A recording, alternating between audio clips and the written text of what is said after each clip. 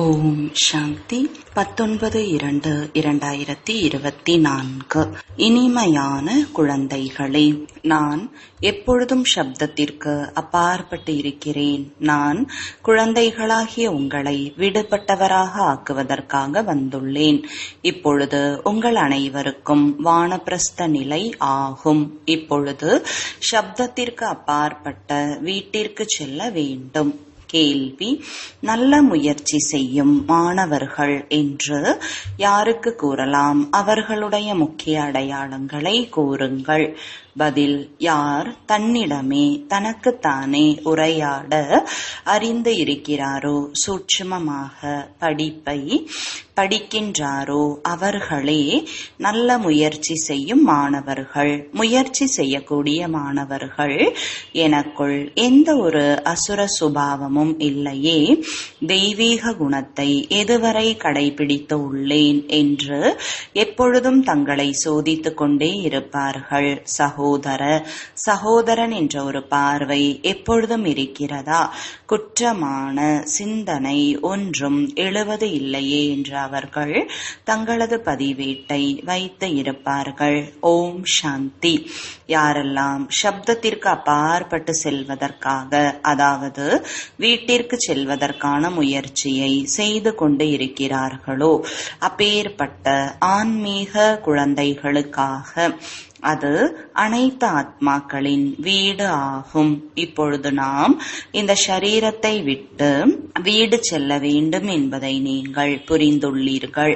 நான் உங்களை வீட்டிற்கு அழைத்து செல்வதற்காக வந்துள்ளேன். எனவே இந்த தேகம் மற்றும் தேக சம்பந்தங்களிலிருந்து விடுபட்டவர் ஆக வேண்டும் என்று தந்தை கூறுகிறார். இதுவோ மோசமான உலகமாகும். நாம் இப்பொழுது செல்ல வேண்டும் என்பதையும் ஆத்மா அறிந்துள்ளது. தூய்மையாக்குவதற்காக தந்தை வந்துள்ளார். மீண்டும் நாம் தூய்மையான உலகத்திற்கு செல்ல வேண்டும். இது உள்ளுக்குள் ஞான மனனம் செய்ய வேண்டும். வேறு யாருக்குமே இப்பேற்பட்ட சிந்தனை வராது. நாம் சுயம் நமது மன விருப்பப்படி தூய்மையான சம்பந்தத்தில் புதிய உலகத்தில் வருவோம் என்பதை நீங்கள் புரிந்துள்ளீர்கள். இந்த நினைவு கூட மிகவும் குறைவானவர்களுக்கே இருக்கிறது. சிறியவர்கள், பெரியவர்கள், வயோதிகர்கள் ஆகிய அனைவருமே திரும்பிச் செல்ல வேண்டும். பிறகு புது உலகத்தில் தூய்மையான சம்பந்தத்தில் வர வேண்டும். நாம் இப்பொழுது வீடு செல்வதற்கான ஏற்பாடு செய்து கொண்டு இருக்கிறோம் என்பது அடிக்கடி புத்தியில் வர வேண்டும். யார் முயற்சி செய்கிறார்களோ அவர்களே கூட செல்வார்கள். யார் இப்பொழுது இறைவன் பெயரில் செய்கிறார்களோ அவர்கள் போய் புதிய உலகத்தில் கோடீஸ்வரர்களாக ஆகிறார்கள். அவர்கள் இந்த பழைய உலகத்தில் மறைமுகமாக செய்கிறார்கள். இறைவன் இதற்கு பதில் அளிப்பார், பலன் அளிப்பார் என்று நினைக்கிறார்கள். அது உங்களுக்கு குறுகிய கால ஒரு நொடியில் அழியக்கூடியதுதான் கிடைக்கிறது என்று இப்போது தந்தை புரிய வைக்கிறார். இப்போது நான் வந்துள்ளேன். இப்பொழுது என்ன அளிப்பீர்களோ அது உங்களுக்கு 21 பிறவிகளுக்கு கோடி மடங்காக கிடைக்கும் என்று உங்களுக்கு ஆலோசனை தருகிறேன். உயர்ந்த வீட்டில் சென்று ஜென்மம் எடுப்போம் என்பதை நீங்கள் புரிந்துள்ளீர்கள். நாம் நாராயணராக, லக்ஷ்மியாக ஆகிவிடுவோம். எனவே பிறகு அந்த அளவிற்கு உழைப்பும் செய்ய வேண்டியுள்ளது. நாம் இந்த பழைய மோசமான உலகத்திலிருந்து செல்வதற்கான ஏற்பாடுகளை செய்து கொண்டிருக்கிறோம். இந்த பழைய உலகம், பழைய சரீரத்தை விட வேண்டும். கடைசி நேரத்தில் எதுவுமே அன்பிற்கு வராத வகையில் அவ்வாறு தயாராக இருக்க வேண்டும். பழைய உலகம் அல்லது நண்பர், உறவினர் ஆகியோர் நினைவிற்கு வந்தால் என்ன நிலை ஆகும்? கடைசி நேரத்தில் மனைவி நினைவிற்கு வந்தால் என்று நீங்கள் கூறுகிறீர்கள் அல்லவா? எனவே தந்தையை பின்பற்ற வேண்டும். அப்படி அப்படி இன்றி பாபா முதியவராக இருக்கிறார், ஆதலால் அவர் இந்த ஷரீரத்தை விடவே வேண்டும் என்று நினைக்கிறார் என்பது அல்ல. இல்லை, நீங்கள் அனைவருமே முதியவர்கள் ஆவீர்கள். அனைவருக்குமே வானப்பிரஸ்த நிலை ஆகும். அனைவரும் திரும்பி செல்ல வேண்டும். எனவே இந்த பழைய உலகத்திலிருந்து புத்தியின் நினைவை துண்டித்து விடுங்கள் என்று தந்தை கூறுகிறார். இப்பொழுதோ நமது வீட்டிற்கு செல்ல வேண்டும். பிறகு எவ்வளவு பேர் அங்கு இருக்க வேண்டி வருமோ அவ்வளவு பேர் அங்கு இருப்பார்கள். எந்த அளவிற்கு பின்னால் நடிப்பு இருக்குமோ அந்த அளவிற்கு பின்னால் ஷரீரத்தை தாரணை செய்து நடிப்பை நடிப்பார்கள். ஒரு சிலரோ 5000 வருடங்களில் 100 வருடம் போக மீதி காலம் சாந்தி தாமத்தில் இருப்பார்கள். பின்னால் வருவார்கள். எப்படி காசியில் கிணற்றில் விழுந்து தற்கொலை செய்து கொள்கிறார்கள். எல்லா பாவங்களும் சட்டென்று முடிந்து போய்விடும். பின்னால் வருபவர்களுடைய பாவம் என்னவாகும்? வந்தார்கள் மற்றும் போனார்கள். மற்றபடி மோட்சம் யாருக்கும் கிடைக்க முடியாது. இங்கு இருந்து கொண்டு என்ன செய்வார்கள்? பாகத்தை அவசியம் நடித்தே ஆக வேண்டியுள்ளது. உங்களுடைய நடிப்பு ஆரம்பத்திலிருந்து வருவதற்கானது ஆகும். எனவே தந்தை கூறுகிறார், குழந்தைகளே, இந்த பழைய உலகத்தை மறந்து கொண்டே செல்லுங்கள். இப்பொழுதோ போக வேண்டியுள்ளது. 84 பிறவியின் நடிப்பு முடிவடைந்தது. நீங்கள் தூய்மை இழந்து விட்டுள்ளீர்கள். இப்பொழுது மீண்டும் தன்னை ஆத்மா என்று உணர்ந்து தந்தையை நினைவு செய்யுங்கள். தெய்வீக குணங்களையும் கடைபிடிக்க வேண்டும். குழந்தைகளே, எனக்குள் எந்த ஒரு அசுர குணமும் நடத்தையும் இல்லைதானே என்று உங்களை நீங்கள் சோதித்துக் கொண்டே இருங்கள் என்று தந்தை புரிய வைக்கிறார். உங்களுடைய நடவடிக்கை தேவதைக்கு உரியதாக இருக்க வேண்டும். அதற்காக சார்ட் வைத்தீர்கள் என்றால் பக்கா அனுபவம் உள்ளவராக ஆகிக்கொண்டே செல்வீர்கள். ஆனால் மாயை எப்பேற்பட்டது என்றால் அது சார்ட் வைக்கவே விடாது. 2-3 நாட்கள் வைத்து பிறகு விட்டு விடுகிறார்கள். ஏனென்றால் அதிர்ஷ்டத்தில் இல்லை. அதிர்ஷ்டத்தில் இருந்தது என்றால் மிகவும் நல்ல முறையில் பதிவேட்டை வைப்பார்கள். பள்ளிக்கூடத்தில் அவசியம் பதிவேடு வைக்கிறார்கள். இங்கு கூட எல்லா கிளை நிலையங்களிலும் அனைவருடைய சார்ட் பதிவேடு வைக்க வேண்டும். பிறகு நாம் தினமும் செய்கிறோமா என்று பார்க்க வேண்டும். தெய்வீக குணங்களை கடைபிடிக்கிறோமா? சகோதரர் சகோதரி என்ற சம்பந்தத்தில் இருந்து கூட விடுபட்டு செல்ல வேண்டும். சகோதர சகோதரர் என்ற ஆன்மீக பார்வை மட்டும் வேண்டும். நாம் ஆத்மாக்கள் ஆவோம். யாருடையதும் குற்ற பார்வை கிடையாது. சகோதர சகோதரி என்ற சம்பந்தம் கூட எதற்காக உள்ளது என்றால் நீங்கள் பிரம்மா குமார் பிரம்மா குமாரிகள் ஆவீர்கள். ஒரு தந்தையின் குழந்தைகள் ஆவீர்கள். இந்த சங்கம யுகத்தில்தான் சகோதர சகோதரியின் சம்பந்தத்தில் இருக்கிறோம். எனவே விகார பார்வை நீங்கிவிட வேண்டும். ஒரு தந்தையை தான் நினைவு செய்ய வேண்டும். சப்தத்திற்கும் அப்பாற்பட்டு செல்ல வேண்டும். இதுபோல தங்களிடம் தாங்களே உரையாட வேண்டும். இது சூட்சும பயிற்சி ஆகும். இதில் சப்தம் செய்வதற்கான அவசியம் இல்லை. இதை குழந்தைகளுக்கு புரிய வைப்பதற்காக சப்தத்தில் வர வேண்டியுள்ளது.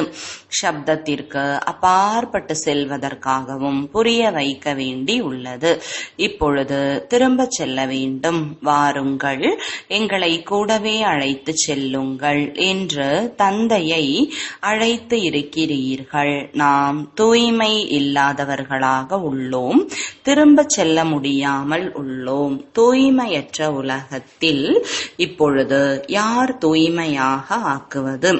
சாது, சந்நியாசி ஆகியோர் யாருமே தூய்மையாக ஆக்க முடியாது.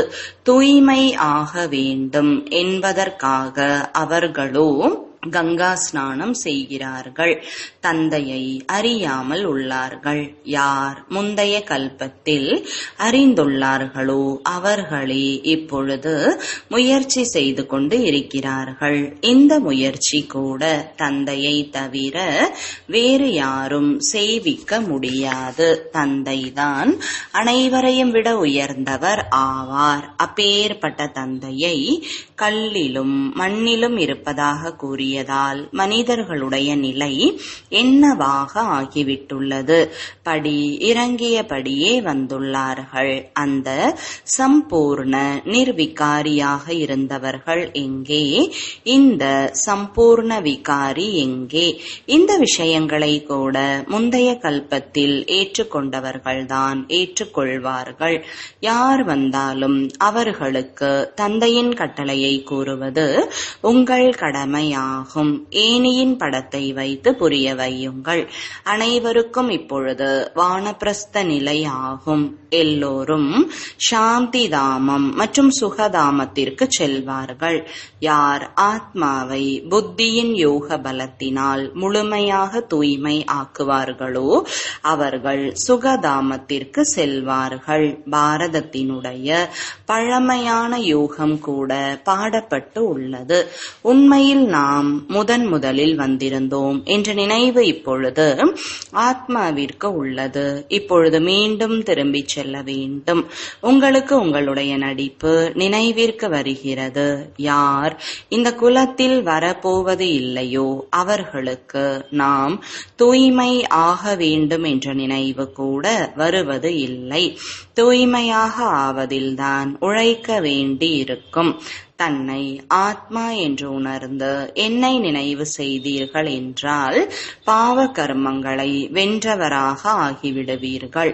மற்றும் சகோதர சகோதரி என்று உணர்ந்து இருந்தீர்கள் என்றால் பார்வை மாறிவிடும். சத்யுகத்தில் பார்வை மோசமானதாக இருப்பது இல்லை. குழந்தைகளே, நாம் சத்யுக தேவதை ஆவோமா அல்ல கலியுக மனிதரா என்று உங்களையே நீங்கள் கேளுங்கள் என்று தந்தை புரிய வைத்துக் கொண்டே இருக்கிறார். குழந்தைகளாகிய நீங்கள் மிக நல்ல நல்ல படங்கள், ஸ்லோகன் ஆகியவற்றை தயாரிக்க வேண்டும். ஒருவர் சத்யுகத்தினர் ஆவீர்களா இல்லை கலியுகத்தினரா என்று கேட்க வேண்டும். இன்னொருவர் இன்னொரு கேள்வி கேட்க வேண்டும். இதுபோல நல்ல செய்தியை ஆரவாரத்துடன் பரப்ப வேண்டும். தந்தையோ தூய்மையற்றவர்களை தூய்மையாக்குவதற்கான ஸ்ரீமத் அளிக்கிறார்.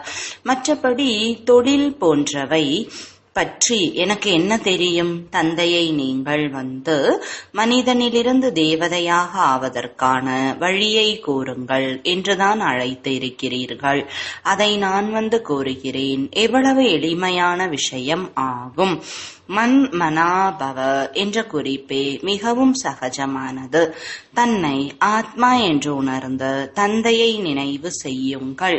பொருள் புரியாத காரணத்தினால் கங்கையை பதீத பாவனி என்று நினைத்து விட்டார்கள். தந்தை பதீத பாவனர் ஆவார். இப்பொழுது அனைவருக்கும் தீர்ப்பிற்கான நேரமாகும். கணக்கு வழக்கை தீர்க்குமாறு செய்வித்துவிட்டு திரும்ப அழைத்து செல்கிறார். தந்தை புரிய வைக்கும் பொழுது புரிந்து கொள்ளவும் செய்கிறார்கள். ஆனால் பாக்கியத்தில் இல்லை என்றால் விழுந்து விடுகிறார்கள். சகோதர சகோதரி என்று உணருங்கள் என தந்தை கூறுகிறார். ஒரு பொழுதும் தீய பார்வை கூடாது. ஒருவருக்கு காமத்தின் பூதம், ஒருவருக்கு பேராசையின் பூதம் வந்து விடுகிறது. சில சமயம் நல்ல உணவு இருப்பதை பார்த்துவிட்டால் சாப்பிட விருப்பம் ஏற்படுகிறது. கடலை விற்பனைக்காரரை பார்த்தார்கள் என்றால் சாப்பிட வேண்டும் என்று மனம் விரும்பும். பிறகு சாப்பிட்டு விட்டார்கள் என்றால் பக்குவமற்றவர்களாக இருப்பதால் சீக்கிரம் பாதிப்பு ஏற்பட்டு விடுகிறது. புத்தி மோசமாக ஆகிவிடுகிறது. தாய் தந்தை மற்றும் நல்ல சான்றிதழ் பெற்றிருக்கும் நெருங்கிய குழந்தைகளை பின்பற்ற வேண்டும். யஜ்யத்தில் என்ன கிடைத்தாலும் அதை இனிமையானதாக கருதி உட்கொள்ள வேண்டும். நாக்கு பேராசை கொள்ளக்கூடாது. யோகமும் வேண்டும். யோகம் இல்லை என்றால் கூறுவார்கள், குறிப்பிட்ட இந்த பொருளை சாப்பிட வேண்டும் என்பார்கள். இல்லை என்றால் நோய்வாய்ப்பட்டு விடுவீர்கள். நாம் தேவதையாக ஆக வேண்டும் என்பது புத்தியில் இருக்க வேண்டும். இப்பொழுது நாம் வீட்டிற்கு திரும்பிச் செல்ல வேண்டும். பிறகு குழந்தையாக ஆகி தாயின் மடியில் வருவோம். தாயின் உணவு குடிப்பதன் தாக்கம் குழந்தை மீதும் ஏற்படுகிறது. அங்கு இந்த எந்த விஷயங்களும் இருக்காது. அங்கு எல்லாமே முதல் தரமானதாக இருக்கும். நமக்காக தாய் உணவு எல்லாம் கூட அங்கு முதல் தரமானதாக உட்கொள்வார். அது நமது வயிற்றிலும் வந்துவிடும். அங்கு இருப்பதே முதல் தரமானதாக. பிறவி எடுத்த உடனேயே உணவு குடிப்பது எல்லாமே தூய்மையாக இருக்கும். எனவே அப்பேற்பட்ட சொர்க்கத்தில் செல்வதற்கான ஏற்பாடு செய்ய வேண்டும். தந்தையை நினைவு செய்ய வேண்டும். தந்தை வந்து புதிய உலகை உருவாக்குகிறார். அந்த ஜனங்கள் குரங்கினுடைய சுரப்பிகளை மனிதனுக்குள் பொருத்துகிறார்கள். நாம் இளைஞராகி விடுவோம் என்று நினைக்கிறார்கள். எப்படி புது இதயத்தை பொருத்துகிறார்கள். தந்தை ஒன்றும் வந்து இதயத்தை பொருத்துவது இல்லை. தந்தை மனிதர்களை தேவதைகளாக மாற்றுகிறார். மற்றது இவையெல்லாம் அறிவியலாகும். குண்டுகளை உருவாக்குகிறார்கள். உலகை அழித்து விடுவதற்கான பொருட்கள் இவை. புத்தி தமோ பிரதானமாகும் அல்லவா. அவர்களோ இது கூட விதிக்கப்பட்டுள்ளது என்று மகிழ்ச்சி அடைகிறார்கள். குண்டுகள் அவசியம் தயாரிக்கப்பட வேண்டியே உள்ளது. சாஸ்திரங்களில் பிறகு வயிற்றிலிருந்து உலக்கை வெளிப்பட்டது, பிறகு இவ்வாறு ஆகியது என்று எழுதப்பட்டுள்ளது. இவையெல்லாம் பக்தி மார்க்கத்தின் விஷயங்கள் என்று தந்தை புரிய வைத்துள்ளார்.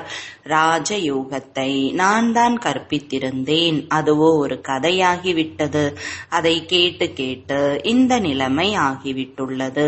இப்பொழுது தந்தை உண்மையான சத்தியநாராயணருடைய கதை, மூன்றாவது கண்ணின் கதை, அமரநாதரின் கதையை கூறிக்கொண்டிருக்கிறார். இந்த படிப்பினால் நீங்கள் அந்த பதவியை அடைகிறீர்கள். மற்றபடி கிருஷ்ணர் சுயதரிசன சக்கரத்தினால் அனைவரையும் கொன்றார் என்று காட்டியிருப்பது போல எதுவும் கிடையாது. நானோ ராஜயோகத்தை கற்பித்து தூய்மைப்படுத்தும் காரியத்தை மட்டுமே செய்கிறேன். நான் உங்களை சுய தரிசன சக்கரதாரியாக ஆக்குகிறேன். அவர்கள் பிறகு கிருஷ்ணருக்கு சக்கரம் ஆகியவற்றை காண்பித்து உள்ளார்கள். சுய தரிசன சக்கரத்தை எப்படி சுற்றுவார்? மாயாஜாலத்தின் விஷயமா என்ன?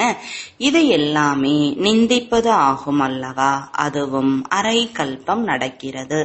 எப்பேற்பட்ட அதிசயமான நாடகம். இப்பொழுது சிறியவர்கள் பெரியவர்கள் அனைவருக்கும் வானப்பிரஸ்த நிலை ஆகும். இப்பொழுது நாம் திரும்ப செல்ல வேண்டியுள்ளது.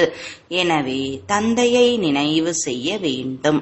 வேறு எதுவும் நினைவிற்கு வரக்கூடாது. அப்பேற்பட்ட நிலை இருந்தது என்றால்தான் உயர்ந்த பதவியை அடைய முடியும்.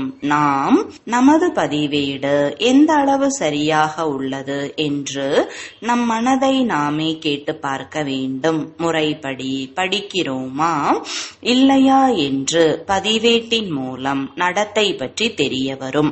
ஒரு சிலரோ பொய்கூட கூறிவிடுகிறார்கள். உண்மையை கூறுங்கள். கூறவில்லை என்றால் உங்களுடைய பதிவேடுதான் கெட்டுப்போய்விடும் என்று தந்தை கூறுகிறார். பகவானிடம் தூய்மையாக இருப்பதற்கான உறுதி எடுத்து பிறகு அதை மீறுகிறீர்கள் என்றால் உங்களுடைய நிலைமை என்னவாகிவிடும்? விகாரத்தில் விழுந்தார்கள் என்றால் விளையாட்டு முடிந்து விட்டது. முதல் நம்பர் எதிரி தேக அபிமானம் ஆகும். பிறகு காமம் கோபம் தேக அபிமானத்தில் வருவதால் உள்ளுணர்வு கெட்டுப்போய் விடுகிறது. எனவே ஆத்ம உணர்வுடையவர் ஆகுக என்று தந்தை கூறுகிறார். இவர் அர்ஜுனன் ஆவார் அல்லவா? கிருஷ்ணருடைய ஆத்மா ஆவார். அர்ஜுனன் என்ற பெயர் இருக்குமா என்ன?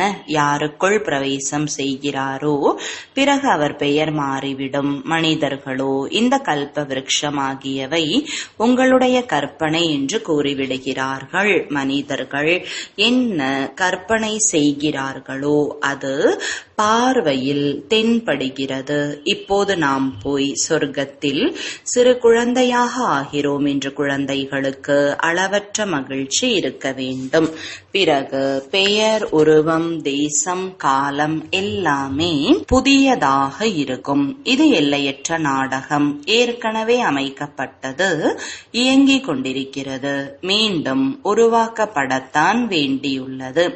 பிறகு நாம் ஏன் கவலைப்பட வேண்டும்? நாடகத்தின் ரகசியம் இப்பொழுது குழந்தைகளாகிய உங்களுடைய புத்தியில் உள்ளது. பிராமணர்களாகிய உங்களை தவிர வேறு யாருக்கும் தெரியாது. உலகத்தில் இந்த சமயம் அனைவரும் பூஜாரியாக இருக்கிறார்கள். எங்கு பூஜாரிகள் இருக்கிறார்களோ அங்கு ஒருவர் கூட பூஜிக்கத்தக்கவர் இருக்க முடியாது. சத்யுக திரேதா யுகத்தில் தான் பூஜிக்கத்தக்கவர்கள் இருப்பார்கள். கலியுகத்தில் இருப்பவர்கள் பூஜாரி ஆவார்கள்.